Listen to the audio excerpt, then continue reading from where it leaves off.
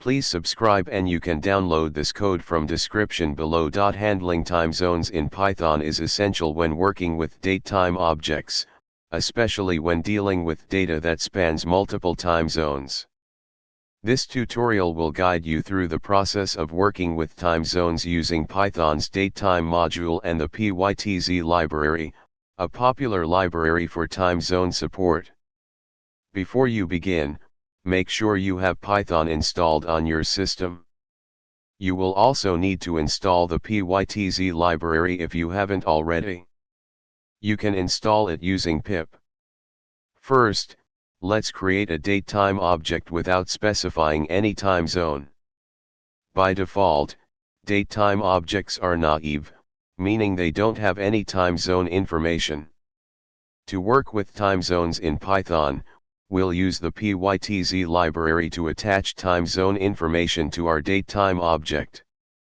Here's how you can do it. In this example, we created an aware_dt datetime object with the time zone America/new_York using the pytz.timezone function. Now, the aware_dt object is aware of the specified time zone. You may need to convert a datetime object from one time zone to another. To do this, use the timezones method.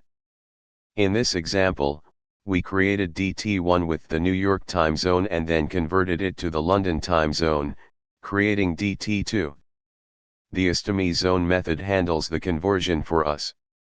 You can extract and display time zone information from a datetime object.